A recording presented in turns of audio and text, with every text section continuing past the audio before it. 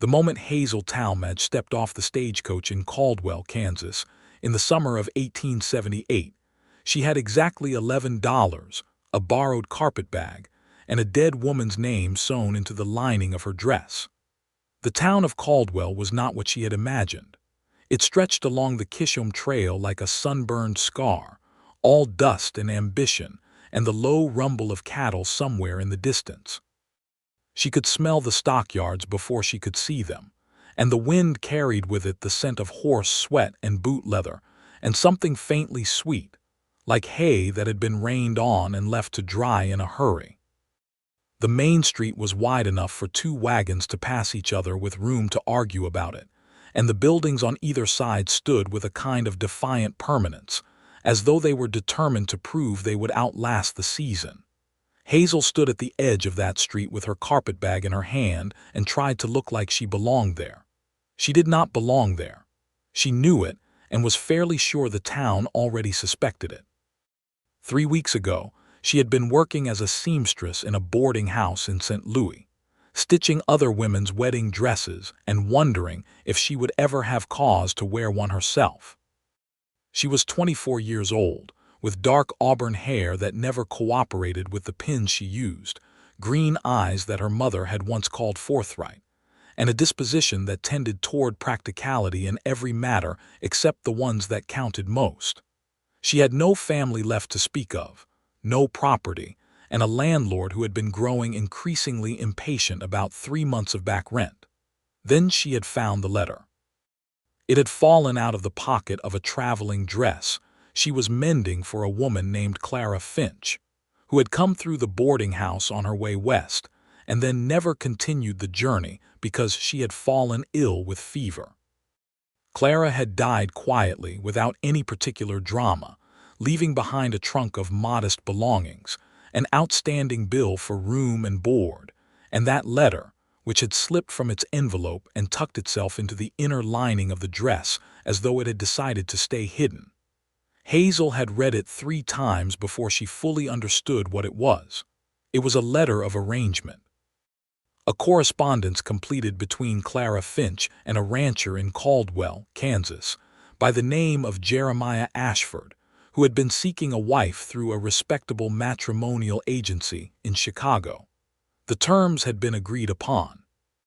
Clara was to arrive in Caldwell on the 14th of June, 1878, where Jeremiah Ashford would meet her at the stagecoach stop.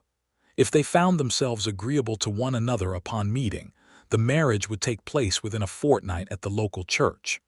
Clara, of course, would never arrive. She was buried in a St. Louis churchyard with a small wooden marker and no one to grieve at it. Hazel had thought about it for 3 days before she did anything. She had told herself she was not that kind of woman. She had told herself that deception of that sort led to nothing but ruin. She had reminded herself of every sermon she had ever half listened to and every moral principle she had been raised with, however inconsistently. On the 4th day, she had packed the carpetbag and bought a ticket to Caldwell. She had not made the decision out of desperation alone, though desperation had certainly had a hand in it. She had made it, she told herself, because she was not afraid of hard work, and because a ranch wife in Kansas seemed no worse a fate than a seamstress in St. Louis with no future and 3 months of unpaid rent. She had also made it, though she admitted this only to herself in the quietest part of the night, because something in Jeremiah Ashford's letters to Clara had moved her in a way she had not expected. She had read them all. There were 7 of them in the trunk, Clara's copies of the correspondence, and they had painted a picture of a man who was serious without being cold, practical without being unimaginative, and occasionally, in the spaces between the formal language of arrangement, quietly lonely in a way that made her chest ache. He had written once about the sky over his ranch at dusk, how it went from orange to a color he could not name, and how on evenings like that he found himself standing at the fence line longer than he needed to. He had written it almost as an apology for the sentiment, as though he were embarrassed to have included it, and that small embarrassment had done more to endear him to her than anything else he could have written. She had told herself she would arrive, explain the situation honestly, and offer to work in some other capacity if he did not want to proceed with the arrangement under the changed circumstances. She had told herself this very firmly all the way through Missouri and into Kansas. She was not, as it turned out, going to do any such thing, because the moment she stepped off the stagecoach, a man was already walking toward her with a hat in his hands and a look of such careful, restrained hope on his face that the honest explanation she had prepared simply evaporated from her throat like morning frost. Jeremiah Ashford was taller than she had imagined, though she was not sure why she had imagined him at all. He was perhaps 30, with the kind of build that came from 10 years of physical labor, broad through the shoulders and narrow through the hip, with sun-darkened skin and light brown hair that wanted cutting. He had a jaw that looked like it had been carved from something that did not give easily, and his eyes, when they found hers across the 10 feet of dusty street between them, were the color of the sky just after rain, a clear and steady gray that seemed to be looking at her very carefully indeed. He stopped 2 feet from her. He turned his hat in his hands once in a slow circle and said, "Miss Finch." And Hazel Talmadge, who had been practicing a speech about honest mistakes and alternate arrangements all the way from St. Louis, heard herself say, "Yes, that would be me." The lie tasted like copper and regret the moment it left her lips, but she held her chin level and met those rain-colored eyes and did not look away. He nodded once as though confirming something he had already decided. "Jeremiah Ashford," he said, and offered his hand. His handshake was firm and brief and entirely proper. "I have a wagon. Can I take your bag?"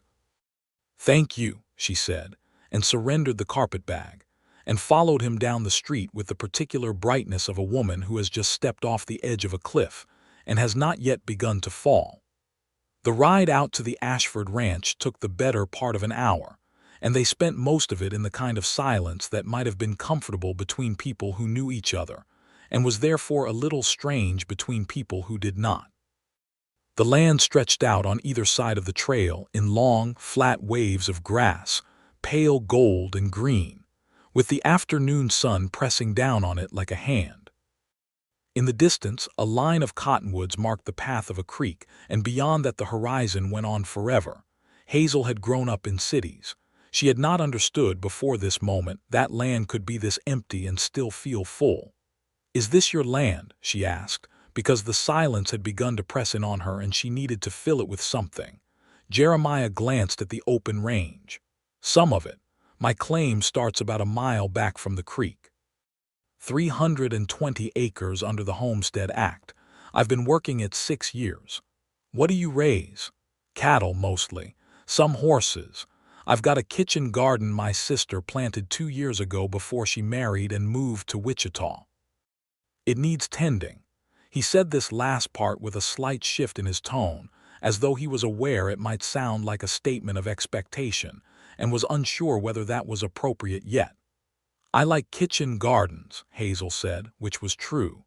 She had kept a small window box in St. Louis with herbs in it, which was not quite the same thing, but the intention was genuine. He nodded again. He seemed to do a great deal of nodding, she thought, as though he was confirming each small exchange against some internal ledger. The ranch house came into view around a bend in the trail, sitting low against the sky with a wide front porch and a barn behind it that was older than the house by the look of it. There was a windmill turning slowly in the late afternoon breeze, and a water trough by the barn door, and 3 horses in the near pasture that lifted their heads at the sound of the wagon. It was not a grand house, but it was solid. Someone had built it with intention, with the kind of care that said this is a permanent thing, not a temporary shelter. Hazel felt something inside her chest do something complicated that she chose not to examine too closely. "It's a good house," she said, and meant it. Jeremiah pulled the wagon to a stop in front of the porch. He climbed down and offered his hand to help her, and she took it. And for one brief moment she was standing on the ground with her hand in his and their faces perhaps 18 inches apart, and she could see the fine lines at the corners of his eyes from years of squinting into the sun, and he was looking at her with that careful, thoughtful expression, as though he was trying to read something written in small print. "I'll show you the house," he said, and let go of her hand and stepped back, and the moment passed. The house was clean and spare. There was a main room with a stone fireplace and a table big enough for four, a kitchen with a good cast-iron stove and a window that faced east, two bedrooms on opposite sides of a short hall, and a back door that opened onto a yard with a clothesline and a root cellar. Jeremiah had clearly cleaned the place in preparation for her arrival, because there was not a cobweb or a dust drift in sight, and there was a small bunch of wild prairie flowers in a tin can on the kitchen table. She looked at those flowers for a moment longer than she should have. "The minister is available on Saturday," Jeremiah said from behind her. His voice was careful. "But I want to be clear that there is no pressure. The agency made it plain that either party could decline if the meeting was not agreeable. I would not want you to feel otherwise." Hazel turned from the flowers and looked at him. He was standing in the kitchen doorway with his hat still in his hands, and his expression was absolutely, painfully earnest. And she thought for one sharp moment that she was going to have to tell him the truth right then, because this man was too decent to deceive, and she was a liar standing in his clean kitchen looking at flowers he had picked for a woman who was in the ground. She took a breath. She thought of Clara Finch, who had died without anyone to grieve her. She thought of the letter about the orange sky that went to a color without a name. She thought of $11 and a boarding house in St. Louis and 3 months of debt. She thought about the way his hand had felt around hers, steady and certain, like a fence post that had been driven into deep ground. "Saturday sounds fine," she said, and hated herself a little and meant it anyway. He cooked dinner that first night, a simple thing of salt pork and beans and cornbread that he seemed slightly embarrassed about, and they ate at the table in the main room while the evening came on outside the window and the prairie settled into its long, quiet dark. They talked about practical things: the garden, the cattle operation, the nearest town and the nearest doctor, which were the same direction but different distances. He told her about his neighbor to the west, a man named Earl Drummond, who had run cattle here longer than anyone, and was therefore either a font of wisdom or a source of insufferable opinion, depending on the topic. She laughed at that genuinely, and he looked surprised and then pleased, and the smile that came to his face was slow and a little rusty, like something that had not been used in a while. She told him about St. Louis. She told him the true parts. She told him about the seamstress work and the boarding house, about the city noise and the river smell, and the way the summers piled on top of you like wool blankets. She told him about her parents, both gone now, her mother to fever and her father to an accident at the mill when she was 17. She told him she had no one back east who would miss her. She did not tell him her name. She had thought, lying awake in the small guest bedroom that first night with the prairie wind moving through the curtains and the cattle shifting in the distance, that she would tell him before the wedding. She had thought this very firmly. She was not going to marry a man under a false name. That was a line she would not cross. But the days between her arrival and Saturday moved with a particular quickness that she had not anticipated, because the ranch was full of work, the kind of relentless, purposeful work that filled your hands and your hours from before the sun was fully up to well after it was down. And in the middle of all that work, there was Jeremiah. He was up before dawn every morning, and by the time she came into the kitchen he had the stove going and coffee on, and he always said good morning in the same tone, quiet and genuine, as though her being there in his kitchen in the early light was something that mattered to him in a way he had not yet found the words for. He showed her the garden, which was overgrown but salvageable, and he showed her the root cellar and the smokehouse, and where the good well was as opposed to the shallow one that ran dry in August. He showed her all of this without condescension, as a man showing a partner the instruments of their shared enterprise, and she found that she was paying attention with a fullness she had not expected. She worked beside him in the evenings on the fence line at the north pasture, holding boards while he nailed them, and they talked about things that had no particular urgency, and therefore said quite a lot. He told her about his family, a father who had homesteaded in Nebraska, and a mother who had taught herself to read from the Bible, and then read everything else she could find, and a younger brother named Thomas who had gone to work on the railroad and was somewhere in Colorado. He told her about Caldwell, about the trail drives that came through every season and the way the town changed personality around them, and about the violence that had come with the cattle trade, the tensions that flared at the end of long drives when men had been too long in the saddle with nothing but each other and bad decisions for company. He spoke of these things plainly but without glorifying them, and she could see in his account a man who had watched the wildness of the frontier and chosen deliberately to stake something more permanent against it. On Thursday evening, 2 days before the wedding, they were sitting on the front porch in the last of the light, and the sky was doing exactly what he had described in his letter, that transition from orange to the color he could not name, and Hazel was watching it without realizing she was holding her breath. "You mentioned this," she said before she could stop herself. He turned to look at her. "Mentioned what?" She hesitated for only a moment. "The sky, in one of the letters. You said it went to a color you couldn't name." The pause that followed was not long, but it was very full. She could feel it pressing against her skin. "Yes," he said slowly. "I suppose I did write that." She did not look at him. She kept her eyes on the horizon and felt the weight of what she had just revealed. "I was nervous writing those letters," he said after a moment, and his voice was careful in a new way. "I don't usually write things like that." "I'm glad you did," she said, and that was the truest thing she had said to him since she arrived. The silence that followed was different from the earlier ones. It had a different quality, a warmth to it, a kind of mutual recognition that neither of them addressed directly, but that sat between them on the porch like a third presence, not unwelcome. Friday morning, Hazel was in the kitchen garden pulling weeds from between the bean plants when the sound of a horse coming fast up the ranch road made her straighten and shade her eyes. The rider was a woman, perhaps 40, with a practical bun and an expression of considerable purpose. She pulled her horse up at the garden fence and looked at Hazel with the particular assessment of someone who has a great deal invested in the answer to a question she has not yet asked. "You'll be the bride," the woman said. It was not entirely a question. "I'm Clara," Hazel said, and hated herself the usual small amount. "Ruth Drummond," the woman said, swinging down from her horse with the ease of someone who had been climbing in and out of saddles for 30 years. "Earl's wife. We're your nearest neighbors to the west." She opened the garden gate and came in and looked at the bean plants with an expression of professional appraisal. "Jeremiah didn't tell me you had dark hair." Hazel looked at her. "He described you in his letters to us. Hair the color of summer wheat," he said. Ruth looked at Hazel's distinctly auburn hair with raised eyebrows. Summer wheat would have been quite a different picture.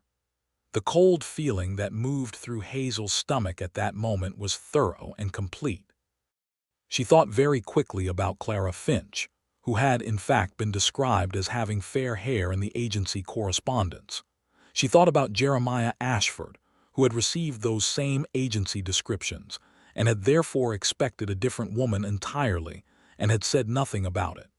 She thought that perhaps he had noticed the discrepancy and simply not addressed it. She thought that perhaps he was a great deal more perceptive than she had given him credit for. "Hair changes," Hazel said, which was the most useless thing she had ever said. Ruth Drummond looked at her for a long, level moment, and then something in her expression shifted, not to suspicion, but to something more like recognition, as though she had solved a small puzzle and was deciding whether or not to display her answer. "Well," Ruth said, in a different tone, "the beans are coming along nicely. I'll bring a pie tomorrow. Jeremiah can't bake to save himself." She left a few minutes later without asking any more questions, and Hazel stood in the garden and breathed and told herself that she would tell Jeremiah the truth tonight. Tonight, before the wedding. She had to. He deserved to know. Whatever happened after that would have to happen, but she was not going to take vows beside him while he thought she was someone she was not. She was going to tell him. That evening after supper, Jeremiah was on the porch again, and she came out and stood beside him and opened her mouth to begin the thing she had been preparing all day.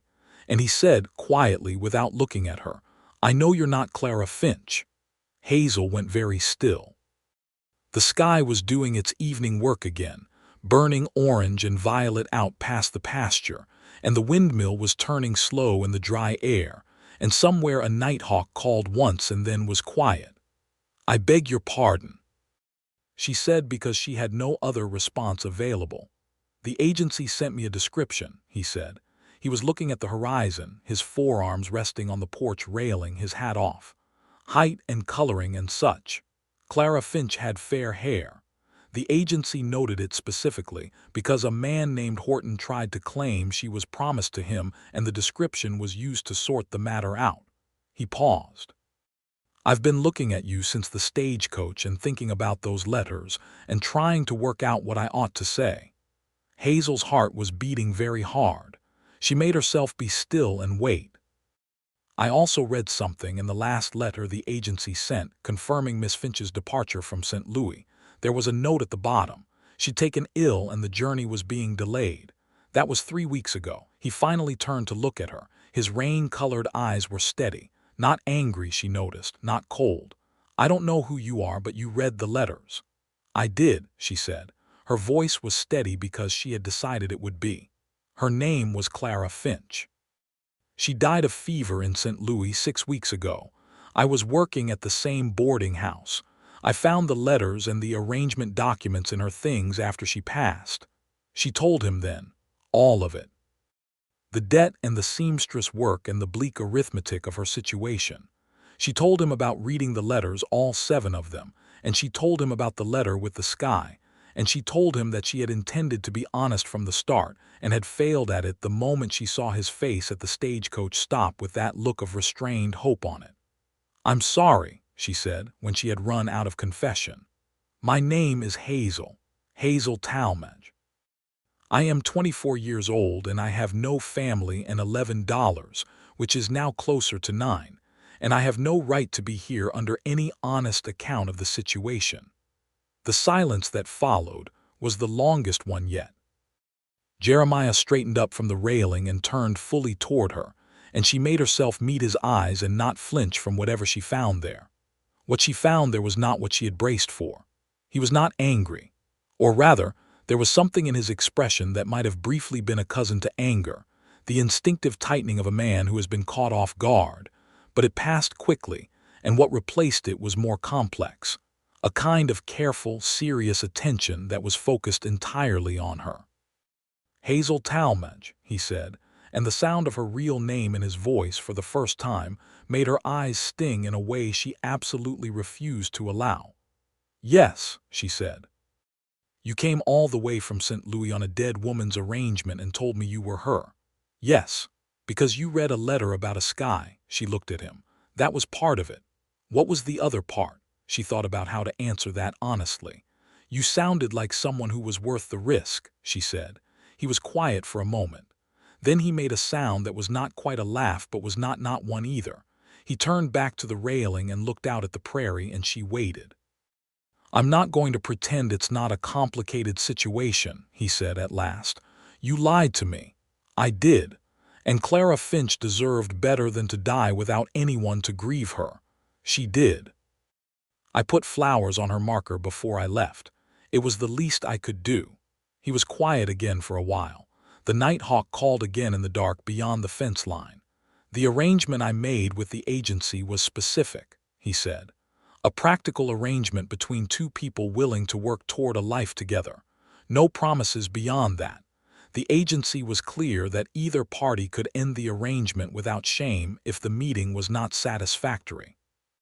Hazel waited because she could hear that he was working towards something and it was better to let him arrive. "I don't know you," he said, "and you don't know me. We've had 4 days." He paused. "But I'll tell you something true, Hazel Talmadge. These 4 days have been the least lonely I have been in 6 years on this ranch, and that is not a small thing." She was not going to cry. She was absolutely not going to cry on Jeremiah Ashford's porch in the dark, having just confessed to impersonating a dead woman. "What I'm suggesting," he said, and his voice had shifted slightly, become more careful, as though he was constructing something precise, "is that the original arrangement is off the table. That was made with a woman who is gone. But a new arrangement between two people who are both standing here with clear eyes and full knowledge of the facts, that is something we could discuss." She looked at him. "You still want to get married?" "I want to make an honest decision," he said, "which is more than we've had so far." He looked at her then directly. "Do you want to stay?" It was such a plain question. It cut through everything she had been building around herself, all the practical justifications and logical frameworks, and got straight to the thing underneath, which was that she had been wanting to stay since she saw the flowers in the tin can on the kitchen table. "Yes," she said, "I want to stay." He nodded once, the confirming nod she had come to recognize. "Then we start over," he said. "Honestly." "Honestly," she agreed. He held out his hand, a proper introduction offered across the porch railing in the Kansas dark. "Jeremiah Ashford," he said. "Rancher, 31 years of age, passable cook and mediocre carpenter. Not a lonely man by preference but by circumstance."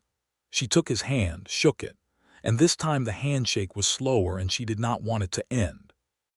"Hazel Talmadge," she said. "Seamstress, 24 years old, fairly good with a garden and entirely honest going forward whatever the consequences." He smiled. It was the slow, rusty smile she had seen once before, and it was better up close. "Going forward," he agreed. They postponed the wedding by 2 weeks. Jeremiah's logic was simple and she respected it. If they were doing this honestly, they would take the time to do it right. He rode into Caldwell the next day and spoke to the minister, a lean and equable man named Reverend Hollies who seemed unsurprised by most of what life brought to his door, and rescheduled the ceremony for the first Saturday in July. Those 2 weeks were, Hazel thought later, the best 2 weeks of her life up to that point. The work was the same, the garden and the kitchen and the cattle and the endless maintenance demands of a working ranch, but everything had a different quality now that they were both standing in it honestly. She was no longer performing someone else's role. She was simply herself, in a place where herself was apparently wanted, and the relief of that was physical, a loosening in her chest that she had not realized had been tight. Ruth Drummond arrived the day after the original wedding date with the promised pie, a deep dish affair with a lard crust that was frankly remarkable, and she sat at the kitchen table and looked at Hazel with the calm eyes of a woman who had worked things out several days ago. "I was wondering when it would come out," Ruth said, accepting her coffee. "You knew?" Hazel stared at her. "I had a reasonable suspicion." Ruth cut herself a piece of pie and pushed the knife toward Jeremiah, who was standing at the stove pretending not to listen. "The agency sent us a copy of the arrangements when Jeremiah was getting organized, because he put Earl and me as local references. Clara Finch's description was in the packet. The measurements were different too, but I wasn't about to mention that." Hazel looked at Jeremiah, who was examining the stove with great concentration. "The measurements," she said flatly. "The agency includes them," he said to the stove. "For the seamstress to make the dress, I didn't think it was an appropriate thing to bring up." Ruth Drummond was smiling into her coffee. "I am surrounded by people who knew more than they said," Hazel announced. "That is generally true of Kansas," Ruth said. "Welcome to the territory." Earl Drummond came by that weekend to introduce himself, a large and weathered man with a handshake like a vice, and a way of talking that compressed most conversations into 5 words or fewer, but whose eyes crinkled warmly and who, when Jeremiah was out of earshot, told Hazel in his economic fashion that Jeremiah was a good man, and she'd do well to hold on to him. She assured Earl that she intended to. The day before the wedding, a rider arrived from Caldwell with a letter. Hazel recognized the official markings of a legal document, and her heart did something unpleasant in her chest. The letter was from the matrimonial agency in Chicago. It had been forwarded through Caldwell's small post office, and it was addressed to Miss Clara Finch, care of Mr. Jeremiah Ashford.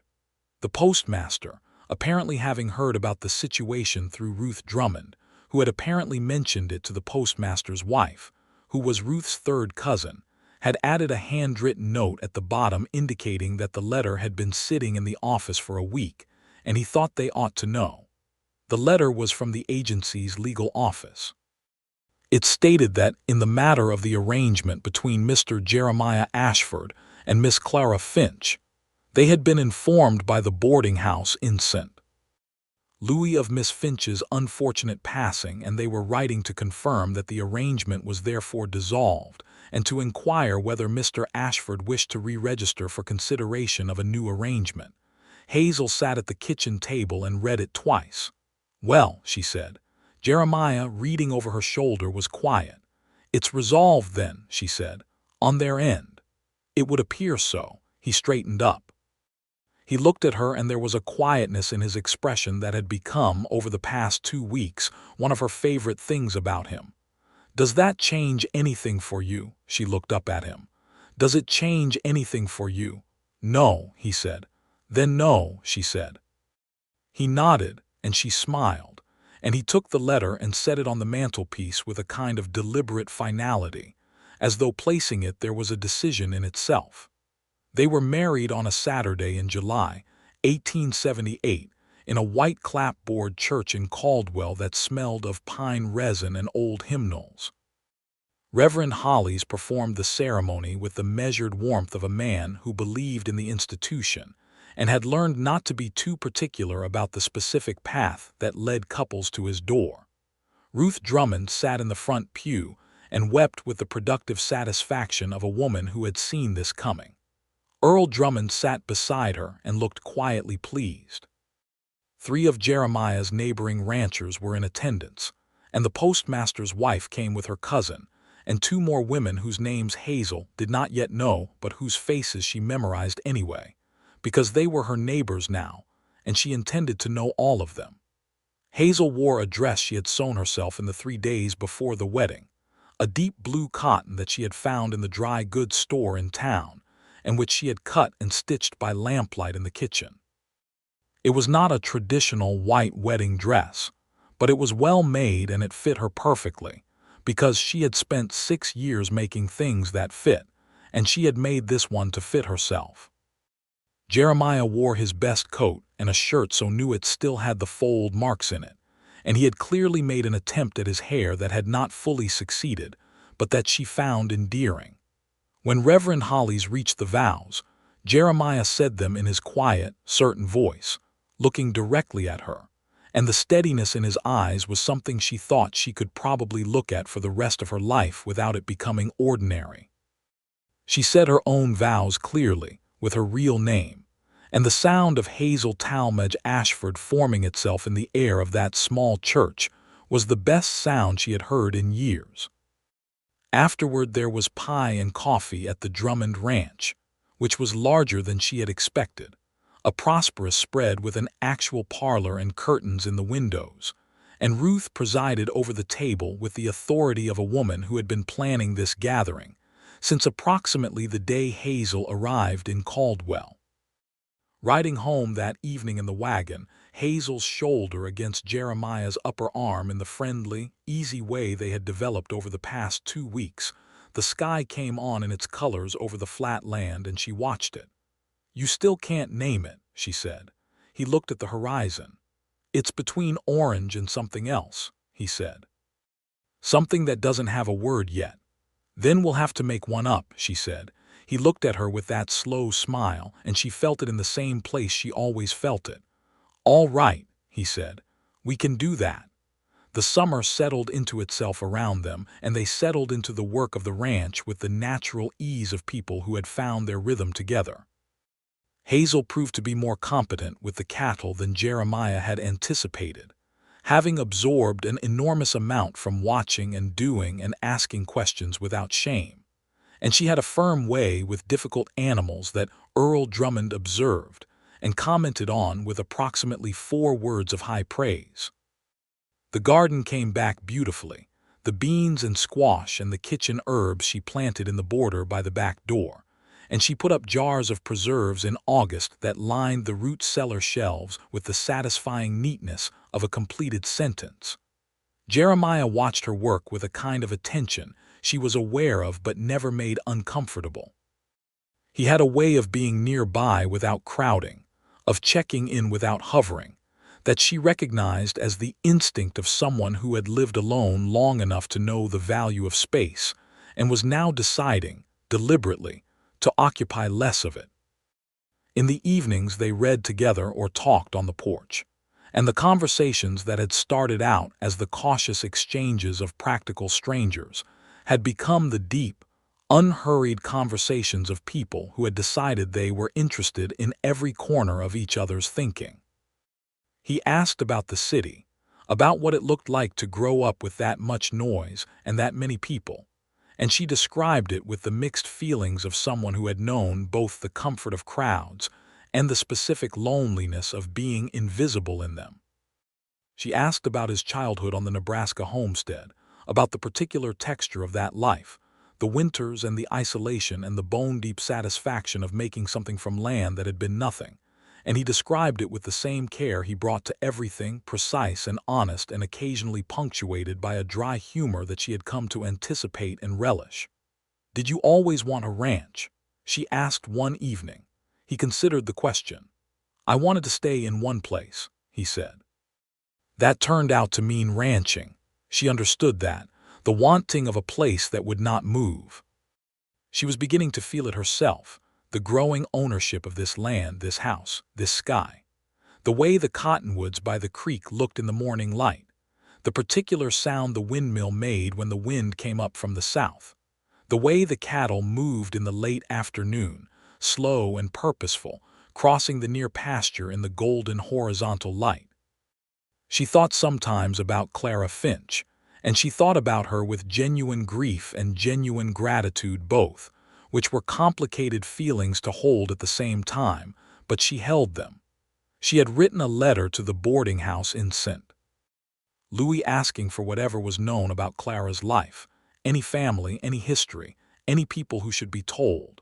The response that came back in September was thin but not nothing. Clara had had a sister in Indiana, one Mrs. Doris Webb of Terre Haute. Hazel wrote to Doris Webb and told her that her sister had died peacefully, that she had been cared for at the end, and that she had been a brave woman who had been willing to begin her life again. She did not include the details of the arrangement. She included only the warmth. Doris Webb wrote back a month later with a letter so full of relief and gratitude that Hazel had to sit down to read it, and she wrote that they had lost track of Clara years ago after a family difficulty, and that she had wondered for so long, and that knowing, even in grief, was better than not knowing.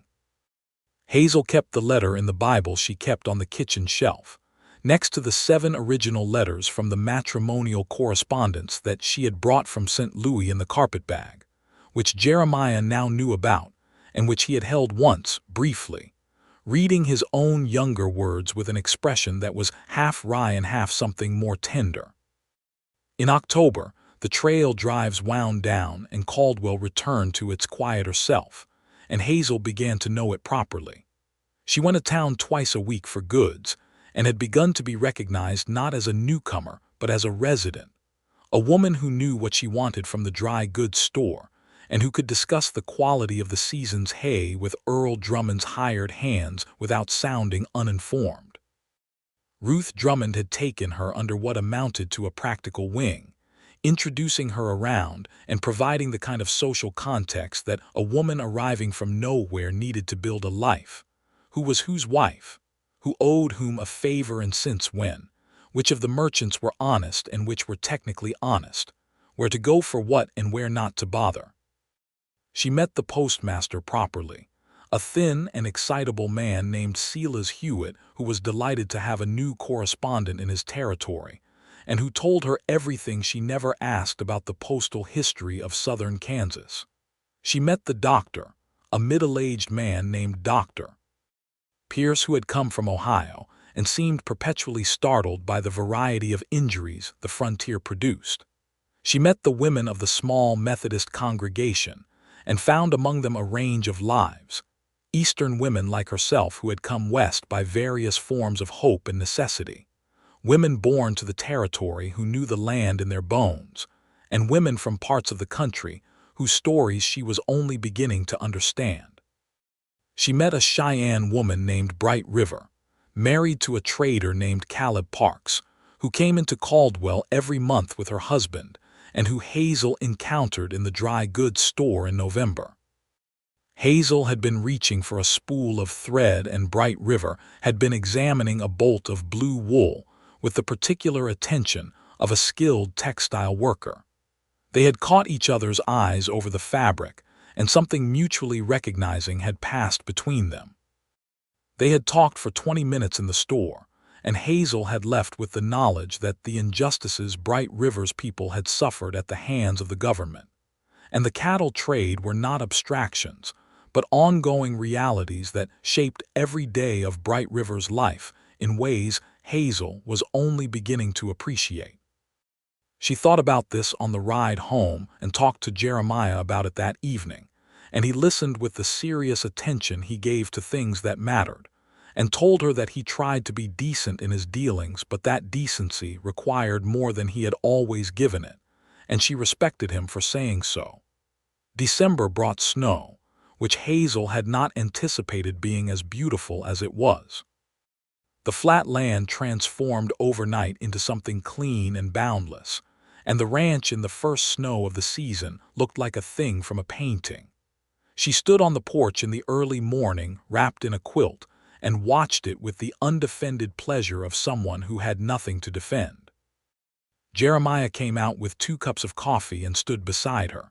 "It's something," he said. "It really is," she said, and took the coffee and leaned into him slightly, and he put his arm around her, and they stood there in the cold and watched the snow fall on their land. There is a particular quality of love that grows between people who work together toward something real. It does not arrive all at once like a summer storm. It comes the way the grass comes in spring, steadily, insistently, from the ground up, so that one day you look at the field and realize it has been green for some time, and you had not noticed the moment it changed. By December, Hazel could not have told you when it had happened, but she knew that what she felt for Jeremiah Ashford was not the practical compatibility of an arrangement well made, though it was that too.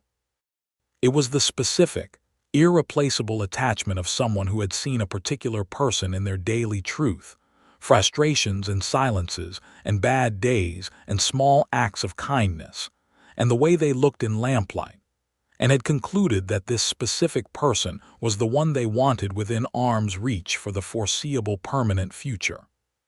She knew because she had heard his voice in the barn when he thought he was alone, talking to the horses in the low, patient way he talked to things he was responsible for, and she had thought something in her chest that she had finally allowed herself to call love.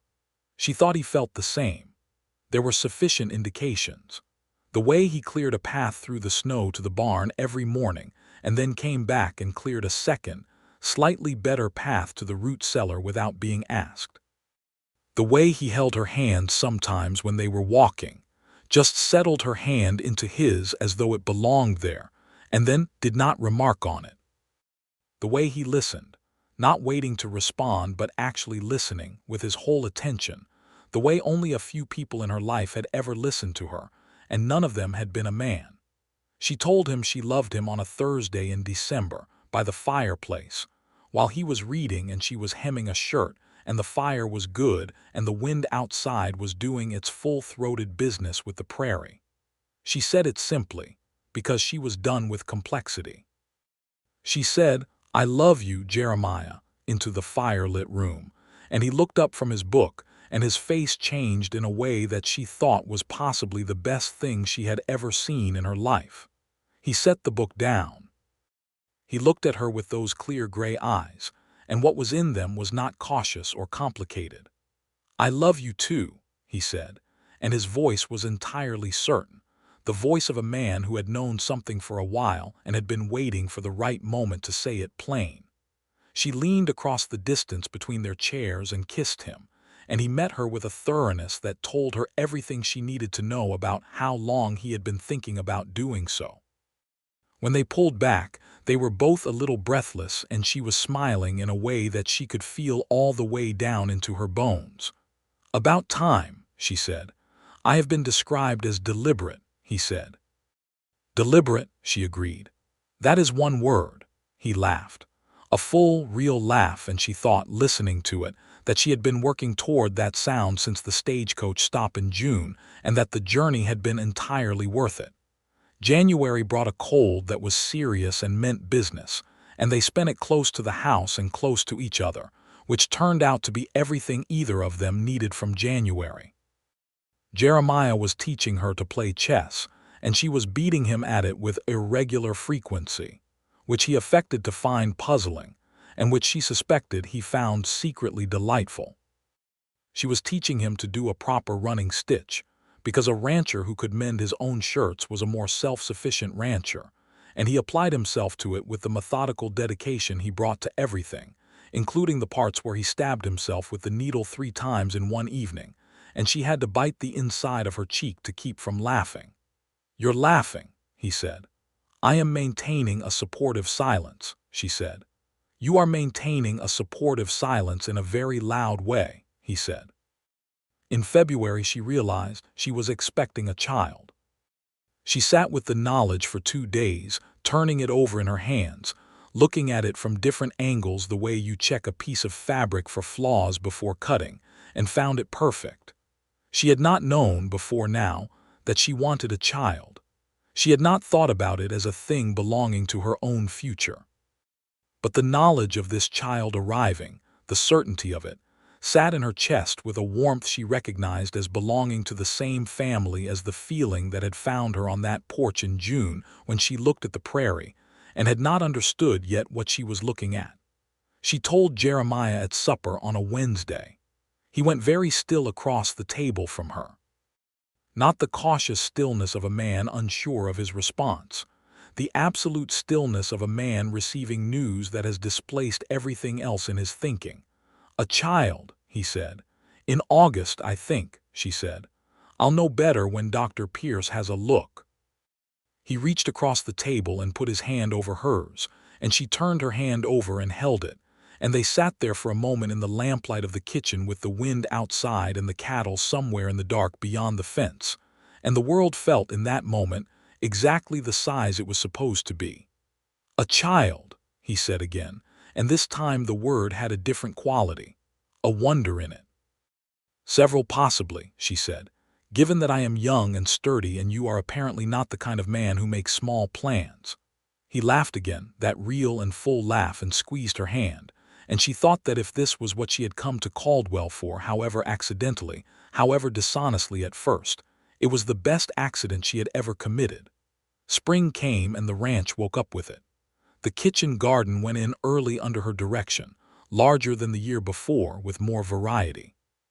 She had ordered seeds from a catalog in Wichita, her first mail order since the one that had changed her life, and the packet that arrived contained 10 varieties of vegetables and 2 of herbs, and a packet of sweet peas that she planted along the porch railing, because she had decided that a house that grew flowers was a better house for it.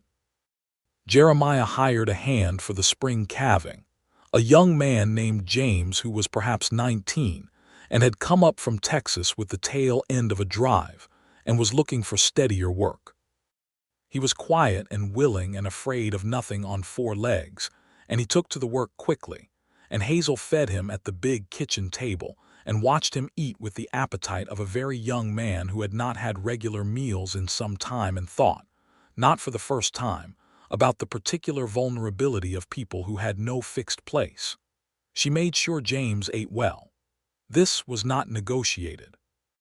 Jeremiah watched her doing it with an expression she had come to recognize as fond without being sentimental, the expression of a man who observed something about his wife that he had known was there, and was still, each time, quietly glad of it.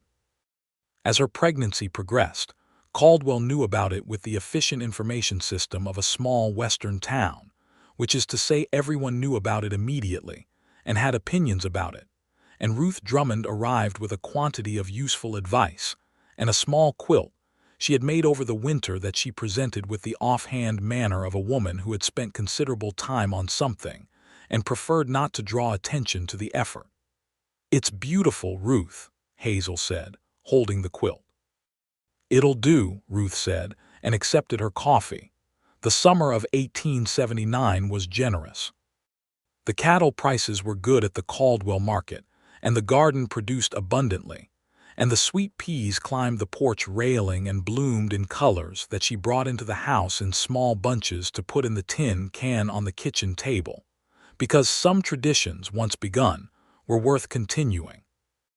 In the long evenings, when the heat of the day had gone and the sky was doing its color work, she and Jeremiah sat on the porch, and she felt the child moving, and she watched the land, and she thought about the stagecoach stop in June of the previous year, about the $11 and the borrowed carpet bag and the dead woman's name.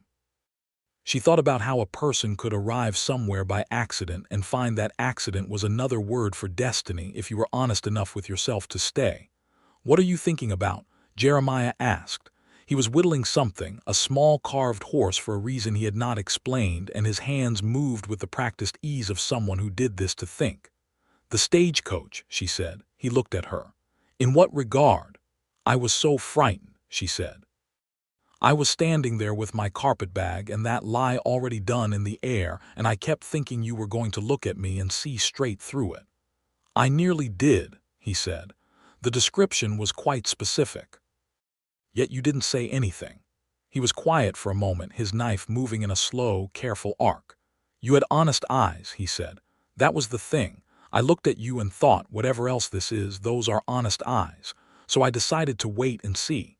She looked at him in the evening light, this man who had waited and seen and found enough to stay for, and felt the full weight of how much she loved him with the simple heaviness of something that was now deeply rooted.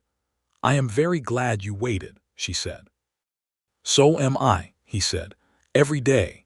Their son was born in August of 1879 in the bedroom at the back of the ranch house, with Dr.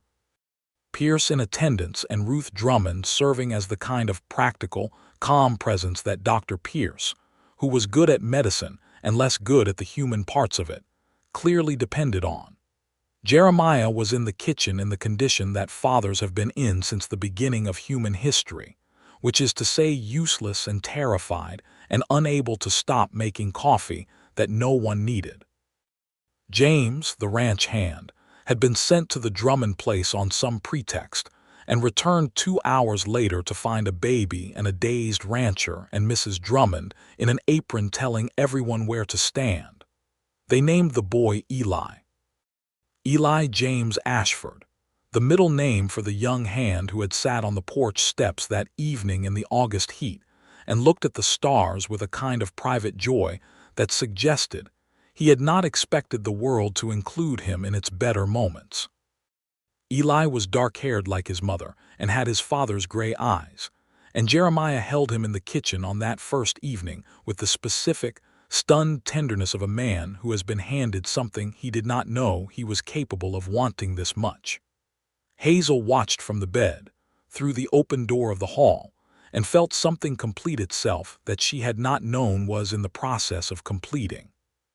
The months that followed were full in the way that a life with a new baby is full, not empty and overwhelming but filled, every hour used, every inch of the house occupied by small need and large love.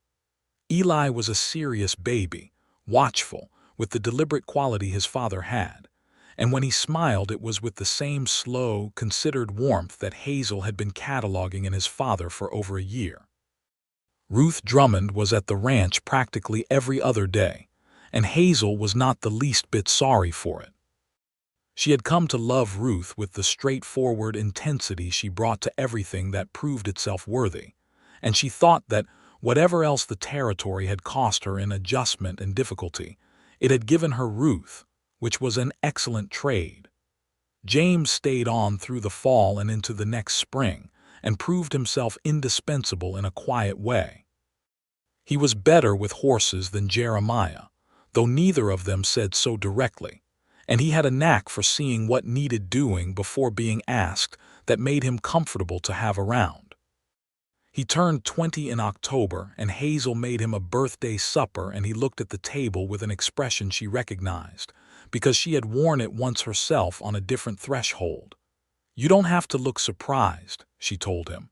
"Your family." He nodded, the way he did when he felt strongly about something and had no words for it.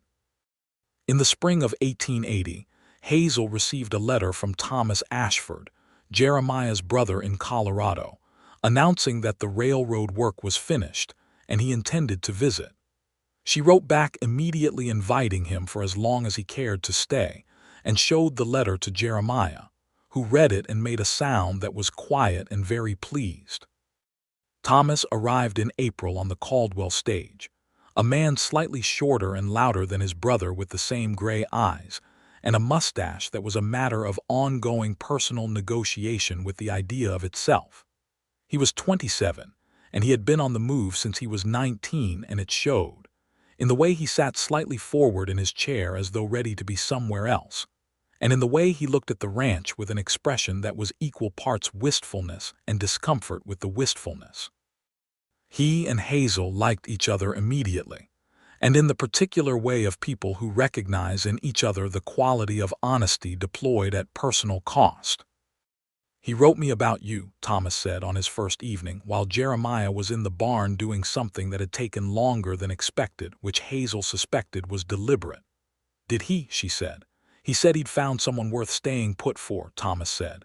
He said it like it surprised him. He was looking at her with the same gray eyes as his brother, but warmer, more immediately open. "He doesn't surprise easy." "I know," she said. "You must have done something right." "I told him the truth," she said. "Eventually." Thomas grinned, and she saw the family resemblance most clearly in that moment. The same slow recognition of something amusing, the same quality of genuine warmth behind it. Thomas stayed 6 weeks, and in those 6 weeks, he helped with the spring work and played with Eli and had long conversations with Jeremiah in the evenings that she observed from the kitchen, with the satisfaction of watching two people who had been separated by distance and time finding their way back to each other. Brothers were their own particular kind of love story, and she was glad to witness it. When he left, he hugged Hazel with the frank affection of a new brother, and told her that she was the best thing that had happened to Jeremiah since the day he'd gotten the place. And she hugged him back and said he needed to come back sooner next time, and he promised he would.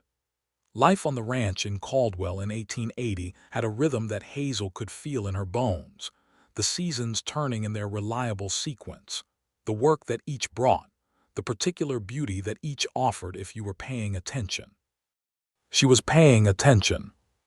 She had been paying attention since she stepped off that stagecoach with a lie and a carpetbag and found herself, entirely accidentally, exactly where she was supposed to be.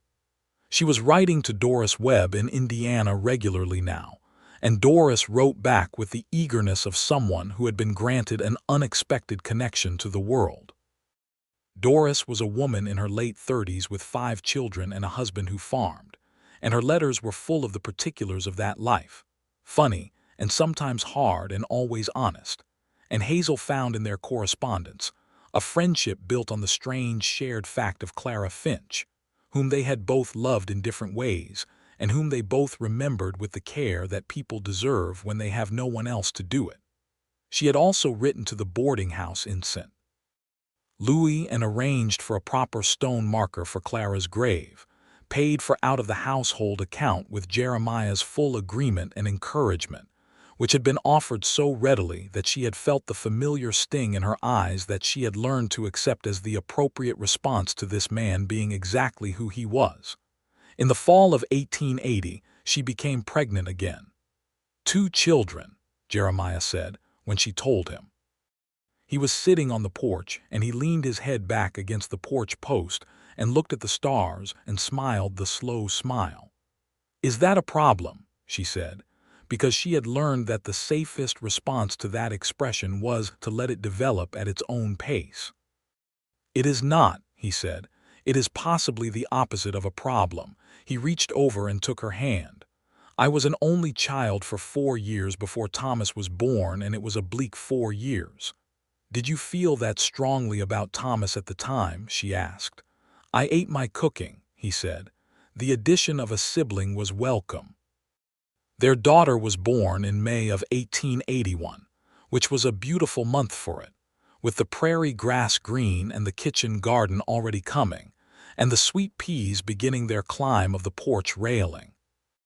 They named her Clara Ruth, the first name for a woman who had never arrived and had nevertheless somehow made all of this possible, and the second name for the woman sitting in the corner of the bedroom refusing to pretend she was not crying. I am not crying, Ruth Drummond announced, to no one who believed her. Of course not, Jeremiah said. There is something in my eye, Ruth said. There usually is, Hazel said from the bed, and Ruth laughed and wiped her face and came to look at the baby with the expression of a woman who had decided this was going to be one of the good days, and it was. Clara Ruth had fair hair, the color of summer wheat, which made Hazel think of things she was glad had happened, and things she was sorry for, and things she was grateful for, all in the same moment.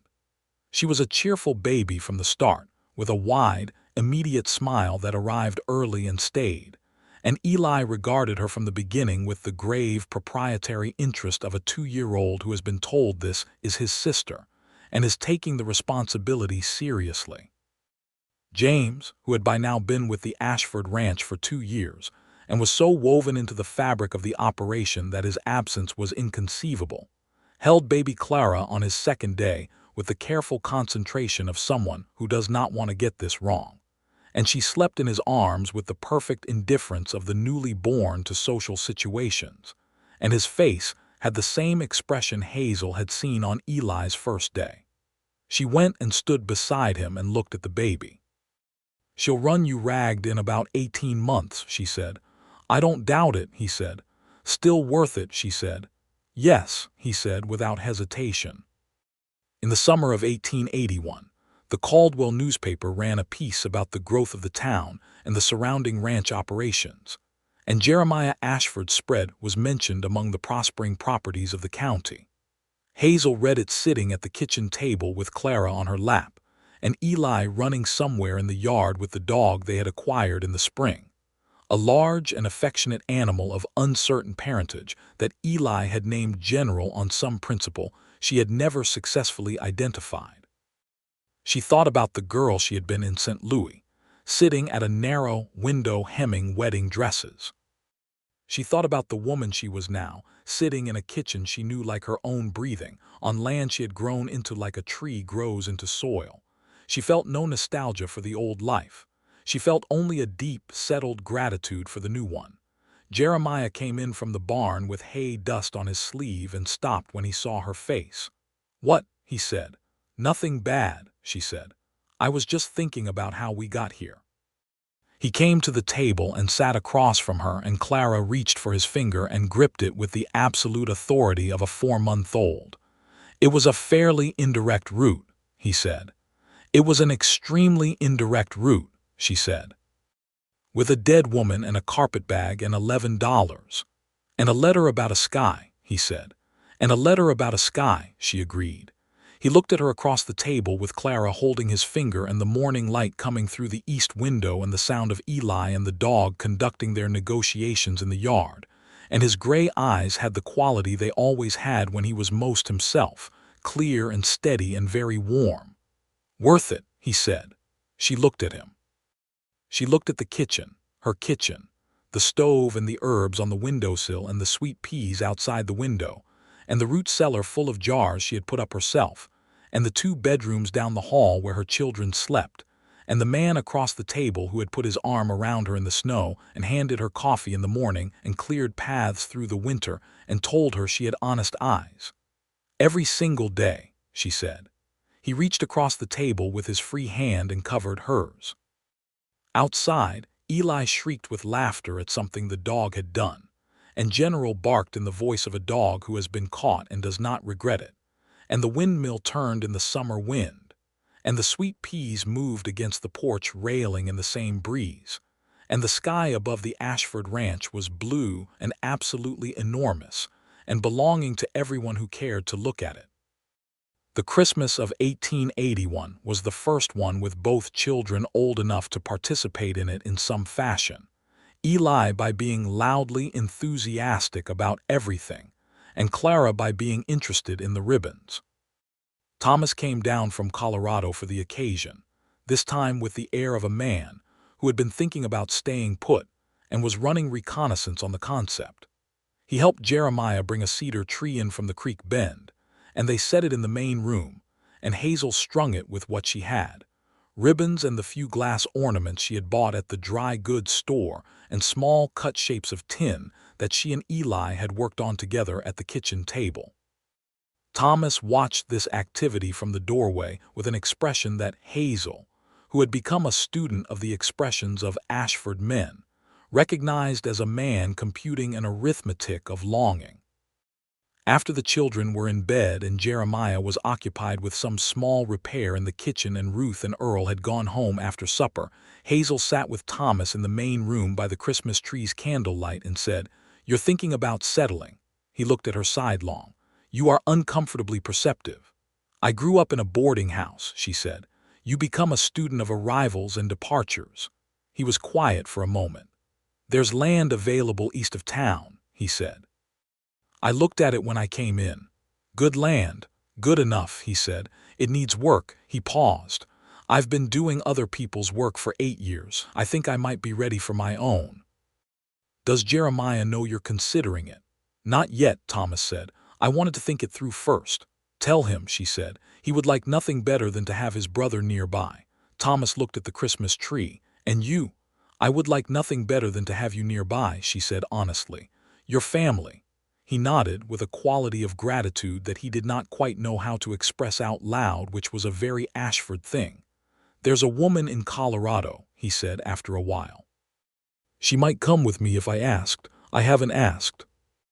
Hazel thought this was the most information Thomas Ashford had ever volunteered about his personal life in any conversation she had been party to. "Then ask," she said. He asked.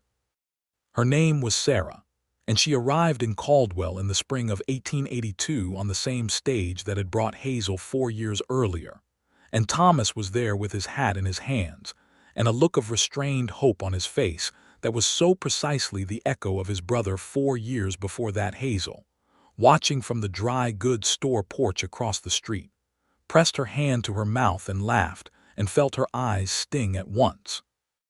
Sarah was a small, decisive woman with quick brown eyes and a background in school teaching, and an opinion about everything that she delivered with charming directness. She and Hazel liked each other with the immediate certainty of people who recognize a compatible sensibility. Within a week of her arrival, Sarah had walked the land east of town with Thomas and agreed that it was workable and that she would work it with him if he was serious. He was serious. They were married in June of 1882 in the same church where Jeremiah and Hazel had married, by the same Reverend Hollies, who at this point seemed to regard the Ashford family as something of a personal project. And the wedding supper was at the Ashford Ranch with Ruth's pies and Earl's uncomfortable but genuine toast, and Eli running between the adult legs and Clara sitting in Hazel's lap with her thumb in her mouth, watching the whole proceedings with enormous eyes. Thomas Ashford built his house on his land east of Caldwell over the summer with Jeremiah's help and James's help and Earl Drummond's opinions, and by the fall it was standing, modest but solid, the same quality of intention in its construction that the Ashford men seemed to bring to things they meant to keep. Life on the plains of Kansas in the early 1880s was not without its difficulties. The seasons were not always generous. There were dry years and cold years, and the cattle market had its swings, and the political troubles of the territory were ongoing. The displacement of Cheyenne and Arapaho communities, the violence that the cattle trade carried in its wake, the debates about what kind of place Kansas was going to be. Hazel read what she could and listened and talked about these things with Jeremiah, who was a man who thought about his place in a larger context, and who had, over the years of their marriage, become more deliberate about the decency he practiced in his transactions with people who did not always receive it. She continued her friendship with Bright River Parks, and when Bright River's husband Caleb became ill in the winter of 1882, Hazel rode to their camp outside of town with food and medicine and company, and she sat with Bright River while Caleb recovered, and the friendship that had begun over a bolt of blue wool deepened into something that was not bounded by the distances that the world tried to put between them. Caleb recovered, and in the spring he and Bright River came to the Ashford Ranch for supper, the first time they had been invited formally, and Jeremiah shook Caleb's hand and set an extra plate with no more ceremony than he would for anyone, and Hazel thought she loved him in that moment, with a particular and specific gratitude for exactly who he was. In the summer of 1883, Hazel discovered she was carrying a third child. "We are going to need a larger table," Jeremiah said. "We have an excellent table," she said. "We are going to need more chairs," he said. "This is true," she said. He built 2 more chairs over the winter. He was a mediocre carpenter, as he had told her that first introduction on the porch, but he had improved considerably over 5 years of necessity, and the chairs he built were solid and unpretentious, and matched the table in the way that things made by the same hands match each other even when they are imperfect. Their second son was born in March of 1884, in the same bedroom, in a late winter storm that kept Dr. Pierce stuck at the Drummond place and left Ruth Drummond to manage the proceedings entirely on her own, which she did with the systematic competence of a woman who had been preparing for this possibility, since approximately the moment Hazel had arrived in Caldwell. They named him William Thomas, the second name for the uncle who arrived 2 days later through the last of the storm with Sarah, both of them wild-eyed with the urgency of their ride, and who took the baby from Hazel's arms and looked at him with the expression that she had now seen on 3 different faces and which never stopped being one of the finest things she knew. "William," Thomas said. "William Thomas," Hazel said. He looked at her with the gray eyes. "You didn't have to do that." "I know," she said. The spring of 1884 was the fullest season yet on the Ashford Ranch. Eli was 4 and Clara not yet 3, and William a newborn, and the kitchen garden was planned on a scale that reflected 5 years of accumulated knowledge about what grew well and what did not, and what the family actually ate. James was 24 now, and running the Eastern pasture operation with the independence of a man who had earned the right to it, and he had been saving money with the focused determination of someone who has a plan they are not yet ready to discuss. The plan turned out to involve a small piece of land south of town, which he asked Jeremiah about one evening in April, in the hesitant manner of a man asking permission. He did not technically require, and Jeremiah told him that if he was ready it was past time and helped him approach the land office, and Hazel stood in the kitchen doorway listening to this exchange, and thought that some things grew in the way the best things grew, slowly and with care, and without much announcement. James acquired his land and continued to work for the Ashford Ranch part-time while building his own operation, and he remained at the big kitchen table more evenings than not, and she thought that the definition of family she had arrived with, which had been quite small, had become something large and irregular and entirely sufficient. In the fall of 1884, 6 years after she had stepped off the stagecoach in June with $11 and a borrowed name, Hazel Ashford was sitting on the front porch in the last of the October light watching her husband ride in from the north pasture with Eli perched in front of him on the saddle, the boy absolutely rigid with the pride of a 4-year-old on a horse. When Ruth Drummond's wagon came up the ranch road, and Ruth climbed down with a parcel, and the expression of a woman who has come for a visit and intends to stay for supper. Clara was on Hazel's lap, half asleep, and William was in the basket by the door making the small sounds of a contented baby, and the sweet peas on the railing had long since finished for the season, but their dry tendrils were still there, and the sun was going from orange to the color without a name over the flat land, and Hazel watched it, Ruth sat down in the other chair with the ease of 6 years of porch visits and looked at the sky too. "It's a good evening," Ruth said. "It is," Hazel said. They were quiet for a while in the companionable way of people who have sat together enough times to not require conversation for the sake of it. "Do you ever think," Ruth said eventually, "about what you would have done if he'd sent you away that night, when you told him?" Hazel had thought about this over the years. She had thought about it with the kind of thoughtful honesty she brought to things that mattered. "I think I would have gone to Wichita," she said. "There was seamstress work advertised. I had looked into it before I left St. Louis. A backup plan in case." She paused. "I would have been fine." "But," Ruth said. "But fine is quite a different thing from this," Hazel said. Ruth nodded, looking at the sky. Jeremiah pulled up to the fence with Eli, and the boy scrambled off the horse with the particular graceless confidence of a small child who does not yet know it is possible to fall, and ran up the porch steps and threw himself at Hazel's side with the force of someone who has been away for 2 hours and is treating the reunion accordingly. "Mama," he said with urgency, "Papa let me hold the reins."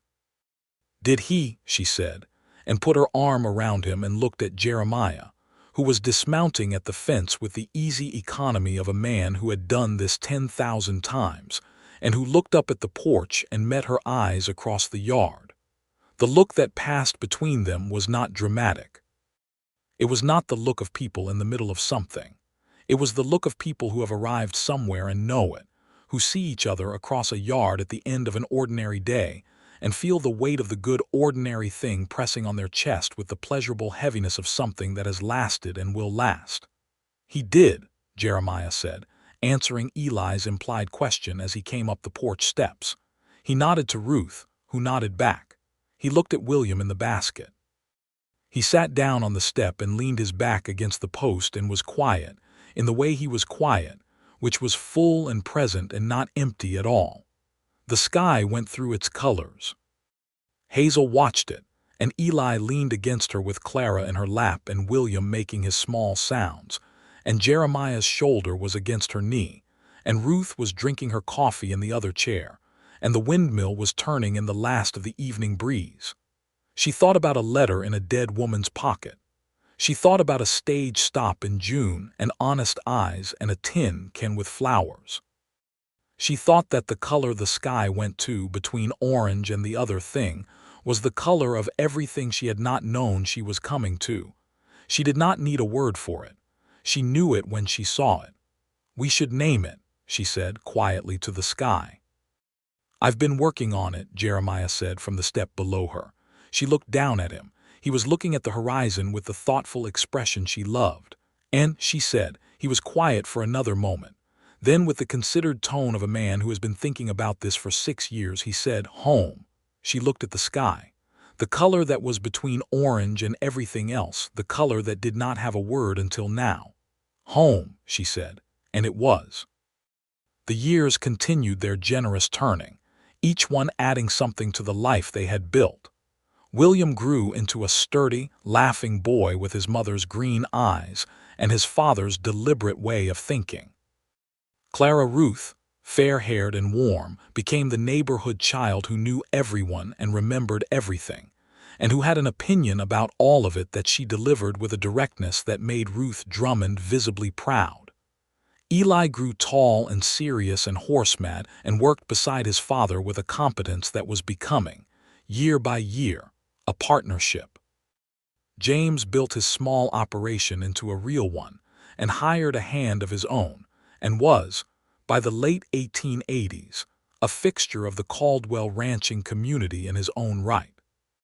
He brought a young woman to the Ashford supper table in 1887, a quietly determined girl named Maria whose family had come up from Texas, and he presented her to Hazel with the manner of a man presenting something for approval he had already decided on, and was asking for a blessing rather than a verdict. Hazel gave him the blessing and hugged Maria and set the extra plate. Thomas and Sarah's land east of town prospered, and Sarah ran the Caldwell School for 3 years and trained her replacement before retiring to the demands of her own children, a boy, and then a girl, and then another boy. And the two Ashford families were in and out of each other's houses with the easy regularity of people for whom the distance between them was a formality. Ruth Drummond was at the ranch so often that Eli, as a small boy, had believed for some time that she lived there, and the correction of this misunderstanding had been handled by Ruth herself with characteristic practicality. Earl, aging slowly, and with the stubborn dignity of a man who had never been anything other than exactly himself, remained a figure of steady generosity in their lives, the kind of neighbor whose presence is woven so deeply into the fabric of a place that you cannot imagine the place without it. When Earl Drummond died in the spring of 1889, quietly, in his own chair, Ruth sat at the Ashford kitchen table for a long time, and Hazel sat beside her and held her hand and said nothing useful, because there was nothing useful to say, and the useless things were not what Ruth needed. What Ruth needed was the hand, and Hazel held it. In the weeks after and the months, Hazel made sure Ruth was not alone more than Ruth wished to be, which was not very often. Ruth was not a woman undone by grief, but she was a woman changed by it, and the change in her had a quietness that was unfamiliar, and that Hazel treated with the same careful attention she gave to anything that was altered and needed tending. Ruth sold the Drummond ranch 2 years later to a young couple from Indiana, a transaction she handled with the efficiency of a woman dispersing an asset rather than a home, and came to live in Caldwell proper in a house 3 streets from the church. She was in her late 50s by then and more vigorous than the town generally felt was appropriate for a widow, which delighted her. She helped Sarah with the school for a time and then set up a small lending library in the back of the general store, because she had always been a reader and because Caldwell needed one, and presided over it with the same authority she brought to everything. She continued to have supper at the Ashford ranch at least once a week until the end of her days, and she sat in the chair on the porch, the one that had always been hers by informal mutual agreement, and watched the sky do its evening work, and she and Hazel talked about everything, and they were as close as sisters and closer than most. Hazel Talmadge Ashford was, by 1890, a woman who was known in Caldwell and the surrounding country as what she was, a woman of considerable capability and equal warmth, whose house was always open, and whose table was always full, who had made of the ranch her father-in-law had homesteaded something that was both productive and good in the deeper sense of the word, the sense that meant it was a place people came to and felt better for having been. She was 36 years old in 1890, with the kind of beauty that had settled into itself past the decorative phase and arrived at the kind of face that showed you who someone was rather than simply what they looked like. Her auburn hair was threaded with the first gray, and she wore it in the practical bun of a working woman who has made her peace with her hair, which never cooperated with pins but had accepted the bun as a reasonable compromise. She still sat on the porch in the evenings. Jeremiah was 43, and the gray at his temples suited him in the way it suits men who have been outdoors and working all their lives, and whose lines are from squinting into good light rather than from trouble. He still turned his hat in his hands when he was thinking, and his voice still had that quality she had noticed at the stagecoach stop, quiet and certain, as though each word had been considered before it was released.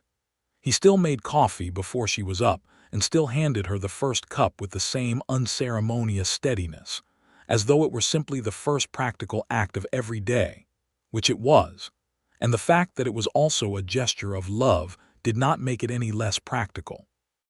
On a September evening in 1890, they were on the porch with the children somewhere at various distances in the dusk, Eli in the barn with the horses, Clara at the Drummond house with Ruth, and William chasing fireflies in the yard with the focused determination of a 6-year-old for whom fireflies are a categorical priority. The sky was doing the thing, the color. Hazel was watching it with a cup of coffee in her hand and her feet up on the porch railing, and the contentment that had become as natural to her as breathing. "Do you know," she said, that I have thought about that stagecoach every single year on the 14th of June. Jeremiah was beside her in the other chair, and she heard him make the sound that meant he was smiling. "Is that so?" he said. "I think about standing there with that carpetbag," she said, "and the lie already in the air, and you walking across the street with your hat in your hands." "You look terrified," he said. She turned to look at him. "I did not." "You looked extremely composed," he said in the tone that meant the same thing. Which, in my experience, is what people look like when they are terrified and are very good at not showing it. "I was not terrified," she said. "I was calculating." "What were you calculating?" She looked back at the sky. "Whether you were going to be worth it," she said. He was quiet for a moment. "And," he said. She reached over and put her hand over his on the armrest. "Every single day," she said. William caught his firefly in the yard and shouted about it to the universe, and General the dog, old now and somewhat slowed but still present, lifted his head from the porch boards and made a sound of mild encouragement. The sky went from orange to the color called home. And Hazel Talmadge Ashford, who had arrived with $11 in someone else's name and a letter about an unnamed color in a dead woman's pocket, and who had found in the honest telling of her own story the only life she had ever truly wanted, held her husband's hand in the September dusk and watched the light do what it had always done on this particular piece of the world. It was enough. It was everything. It was the whole of what she had not known she was traveling toward, across all the distance between a narrow window in St. Louis and this porch, this man, this sky. William came running up the porch steps with cupped hands and triumph on his face, presenting the firefly like an argument for the goodness of the world, and Hazel opened her hands and he deposited it there, and it lit and was still and lit again in her palm. She looked at it for a moment. Then she opened her hands and let it go, and it rose into the darkening air above the porch and became part of the evening, one more small bright thing in the great dark. "Again," said William. "Again," she agreed, and he ran back into the yard. The color held in the western sky for another long moment, stubborn and beautiful, before the dark took it. And then the stars came, as they always did in their enormous Kansas numbers, and the ranch was lit by them, and the windmill turned, and the cattle were still in the pasture, and the sweet peas were dry on the railing but would come again in spring, and Hazel Talmadge Ashford was home.